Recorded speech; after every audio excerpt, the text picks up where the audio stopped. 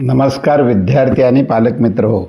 मी engineer Hemchandra Shinde, प्रवेश प्रक्रिया व करिअर मार्गदर्शक, अध्यक्ष centre for career guidance Baramati.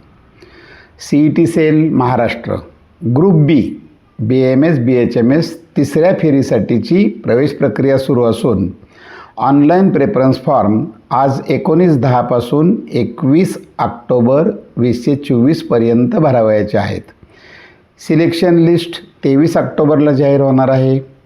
Physical joining जे आहे ते 24 ऑक्टोबर गुरुवार ते सोमवार 28 ऑक्टोबर असं 5 दिवसामध्ये आहे. यंदा वेळापत्रकामध्ये सतत बदल होत आहेत, तरी विद्यार्थी पालकांनी सतत वेबसाईटच्या संपर्कात राहावं. पब्लिकेशन ऑफ सीट मॅट्रिक्स म्हणजे या तिसऱ्या फेरीसाठी ज्या जागा उपलब्ध आहेत त्या काल 18 ऑक्टोबरला जाहीर होणार होत्या, परंतु नेहमीप्रमाणे आज उशिराच जाहीर झालेल्या आहेत 19 तारखेला. BAMS गव्हर्मेंट प्रायव्हेट जो स्टेट्सचा कोटा असतो कॅप राऊंडमधून त्यासाठी सुमारे 2500 जागा उपलब्ध झाल्या आहेत. पण या जागांपेक्षाही किती विद्यार्थी प्रवेशाच्या वेटिंग लिस्टमध्ये आहेत हेच महत्त्वाचं असतं. म्हणजेच चॉईस नॉट अवेलेबल असे विद्यार्थी. मग कट ऑफ किती खाली येऊ शकतो? तर पसंतीक्रम भरण्यापूर्वी हीच अतिशय महत्त्वाची माहिती जाणून घेण्यासाठी हा व्हिडिओ शेवटपर्यंत आपणास पाहावाच लागेल. कोठून उपलब्ध झाल्या या फेरीसाठीच्या जागा? तर नॉन जॉईनिंग, कॅन्सलेशन आणि नवीन सँक्शन. आपण जर पाहिलं तर शासकीय महाविद्यालयातून BAMS फिजिकली हँडिकॅप आणि ऑर्फन यामधून 23 सीट्स आपल्याला येत आहेत. प्रायव्हेट BAMSमधून ऑल इंडिया कोटा राज्याचा 15% यामधून 105 BAMSच्या जागा परत येत आहेत. आता नवीन सँक्शन. शासकीय BAMSसाठी कुठलंही नवीन सँक्शन नाही, परंतु या तिसऱ्या राऊंडचं जे सीट मॅट्रिक जाहीर झालेलं आहे याच्यामध्ये 2 नवीन प्रायव्हेट कॉलेजेसचा समावेश केलेला आहे. 60 प्रवेश क्षमता आहे BAMSची. कॉलेज कोड आहे 3153 गावित पाथरी नंदुरबार आणि कॉलेज कोड आहे 3291 सोमय्या चंद्रपूर. राऊंड 2मध्ये BAMSसाठी एकूण सीट मॅट्रिक्समध्ये आणि प्रत्यक्षात वाटपामध्ये 98 कॉलेजेस होती. R3मध्ये मात्र या सीट मॅट्रिक्समध्ये 2 कॉलेज वाढलेले आहेत आणि एकूण 100 BAMS कॉलेज झालेले आहेत. थोडक्यात प्रायव्हेट कॉलेजचं आपल्या राज्यामध्ये शतक साजरं झालेलं आहे.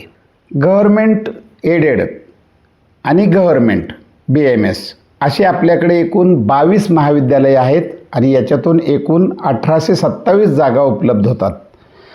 त्यापैकी स्टेट कोटा कॅपसाठीचा या फेरीसाठी 378 जागा शिल्लक आहेत. म्हणजे जवळपास 21% जागा बॅलन्स आहेत. आदर्समध्ये MKB आणि डिफेन्स असतं, त्याच्यातूनही 23 जागा आपल्याला येत आहेत. आपण जर प्रायव्हेट कॉलेजचा विचार केला तर BAMSसाठी या फेरीमध्ये 100 कॉलेजेस आहेत. या 100 कॉलेजच्या एकूण जागा आहेत 7771 आणि आपल्याला स्टेट कॅपसाठी या फेरीला R3साठी 2093 जागा शिल्लक आहेत. म्हणजे जवळपास 27% जागा बॅलन्स आहेत. IQ कोटा त्याच्याही 569 जागा शिल्लक आहेत. आपल्याला जे सीट मॅट्रिक्स दिलेलं आहे त्यामध्ये आपण कॅटेगरीनुसार जागा पाहू शकता आणि त्याचा अभ्यासही करू शकता. असाच विचार जर आपण BHMSचा केला तर BHMSचं एकच कॉलेज शासकीय आहे, त्यामधून 63 जागा उपलब्ध होतात आणि स्टेटसाठी 27 जागा कॅप राऊंडमधून आपल्याला ह्या फेरीला उपलब्ध होत आहेत. म्हणजे जवळपास 43% जागा उपलब्ध आहेत. प्रायव्हेट BHMS 50 कॉलेजेस आहेत, 4040 जागा उपलब्ध होतात स्टेटसाठी आणि या फेरीला त्यापैकी 1122 जागा म्हणजे जवळपास 28% जागा शिल्लक आहेत आणि IQ कोट्याच्या सुद्धा 307 जागा शिल्लक आहेत.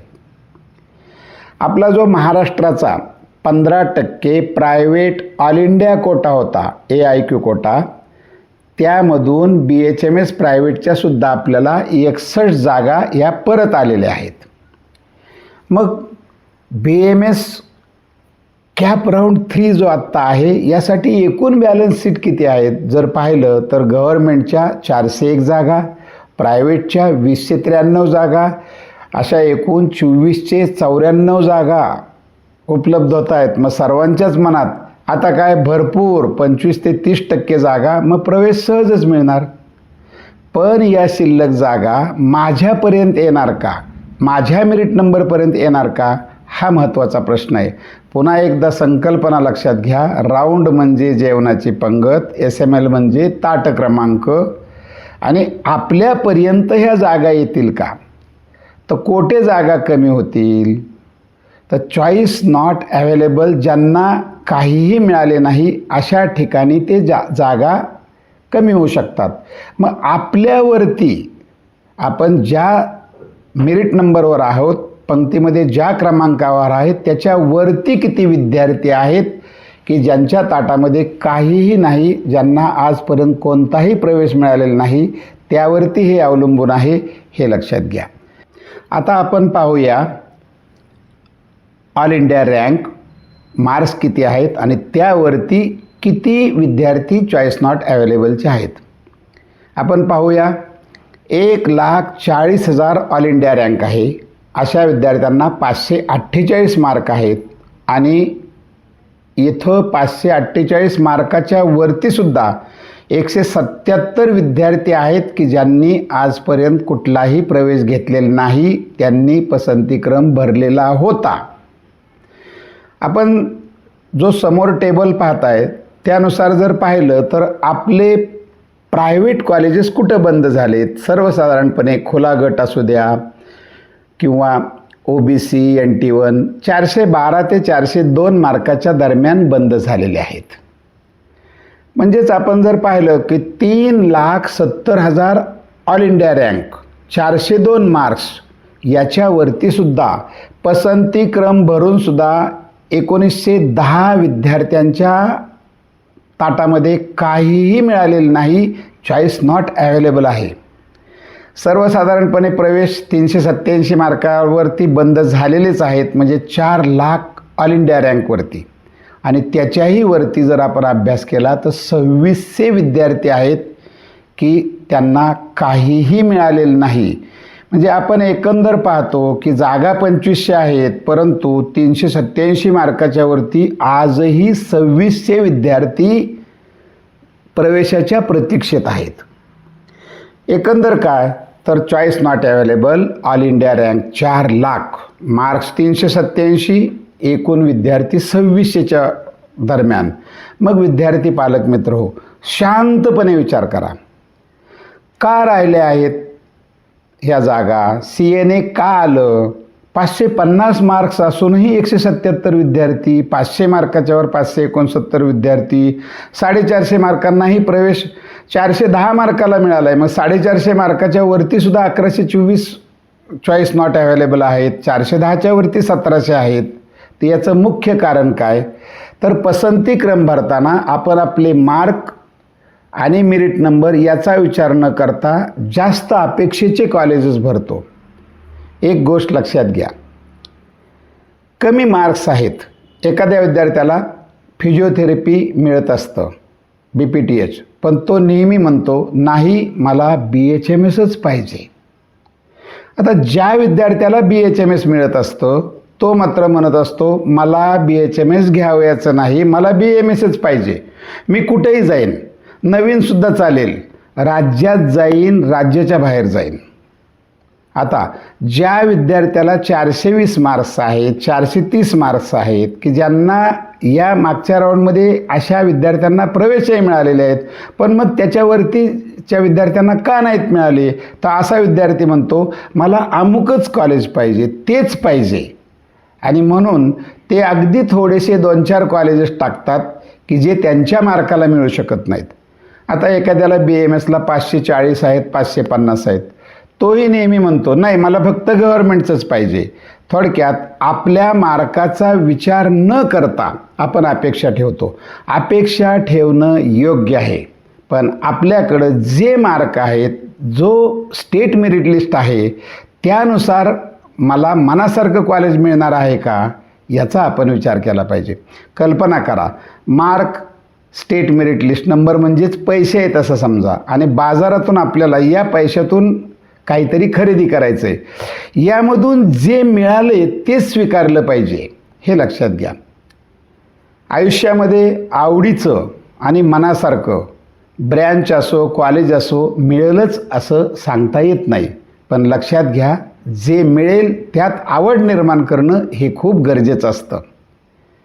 आपण पाहतो ज्यांना खूप मार्क्स आहेत, MBBS मिळालेलं आहे, त्यांचीसुद्धा इच्छा असते मला सर्जन व्हायचं आहे, रेडिओलॉजिस्ट व्हायचं आहे, पण MBBS झाल्यानंतर PGसाठी ती ब्रँच मिळेलच असं काही नसतं आणि मिळेल ते स्वीकारावं लागतं. म्हणूनच आयुष्यामध्ये प्लॅन A बरोबर प्लॅन B आपल्याला तयार असलाच पाहिजे. मग आता आपण रिपीट करणार आहात, मग मात्र तुम्ही लिमिटेड चॉईस देऊ शकता. मी फक्त गव्हर्नमेंटचे भरीन, मला पाहिजे तेच मिळाले नाही तर मी रिपीट करणार आहे. प्रायव्हेट कॉलेजेस आहेत, मी पुण्यातला आहे, मी नागपूरचा आहे, मी त्याच भागातले मला 4-5 कॉलेजमध्येच मिळालं तर मी घेईन, नाही तर मी रिपीट करीन. तर रिपीट करणार असेल तर लिमिटेड चॉईस टाकायला काहीच हरकत नाही. पण तुम्ही एक वेळ परीक्षा दिलेली आहे, पुन्हा रिपीटही केलेली आहे, अशा वेळेला आपण सतत विचार केला पाहिजे मला यावर्षी नाही मिळालं तर काय, आणि म्हणून तुम्ही जास्तीत जास्त चॉईस दिले पाहिजेत आणि आपल्याला कुठल्याही परिस्थितीत या फेरीमध्ये प्रवेश मिळवला पाहिजे हे थोडं ध्यानात घ्या. थोडंसं प्रॅक्टिकल राहा. Adjustment is a part of life. आता पसंतीक्रम भरताना मग पुन्हा एकदा क्लिअर वॅकन्सी, व्हर्च्युअल वॅकन्सीकडे लक्ष देऊ नका. आपल्याला काय मिळेल यापेक्षा topmost choice to bottommost चॉईसपर्यंत नोंदवत चला. मला काय मिळेल याहीपेक्षा आवडीनुसारच प्रेफरन्स नोंदवा. आपल्याला जरी व्हॅकन्सी SC ST NT किंवा इतर विद्यार्थ्यांना नसेल तरीही तो प्रेफरन्स फॉर्म भरलाच पाहिजे हे लक्षात घ्या. एक प्रश्न सतत विचारला जातो, यंदा या राऊंडमध्ये आत्ता अपग्रेडेशन होईल का? कारण ज्यांना प्रवेश मिळालेला आहे त्यांना चांगला प्रवेश मिळेल का? तर नक्की राऊंड 2मधून राऊंड 3साठी अपग्रेडेशन छान पद्धतीनं होणार आहे. गव्हर्नमेंटमधून तुम्ही गव्हर्नमेंटमध्ये शिफ्ट होणार आहात. एक लक्षात घ्या, आरे पोद्दार 45 जागा, टिळक 22 जागा, अशा असंख्य शासकीय चांगल्या महाविद्यालयातली मुलं जी आहेत टॉपची, ही मुलं MBBSला गेलेली आहेत. या जागा रिकाम्या झालेल्या आहेत, म्हणून गव्हर्नमेंटमध्ये तुम्हाला बेटरमेंट अतिशय चांगल्या पद्धतीनं होणार आहे.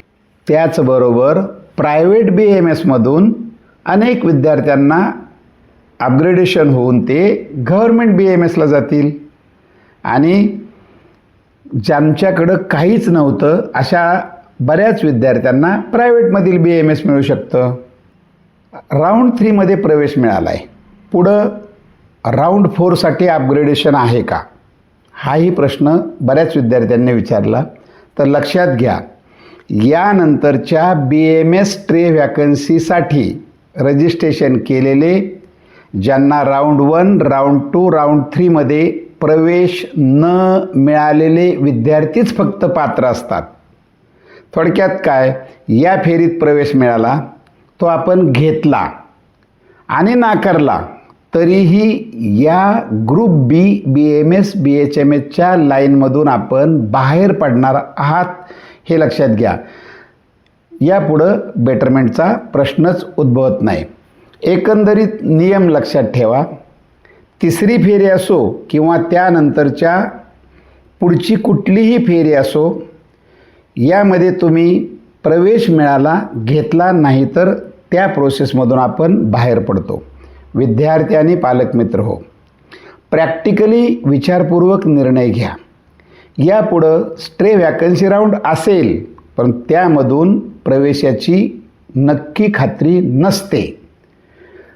रिपीट करणार आहात पुढे तर मात्र संधी घ्या, पण जे रिपीटर आहेत त्यांच्यासाठी हा राऊंड ही अतिशय महत्त्वाचा असून प्रवेशासाठी त्यांना ही शेवटची चांगली संधी आहे. त्यामुळं योग्य असा पसंतीक्रम तयार करून तो भरावा. तुम्हाला प्रवेशासाठी हार्दिक शुभेच्छा. अशाच नवीन अपडेटसाठी या चॅनलला लाईक, शेअर आणि सबस्क्राईब करा. धन्यवाद.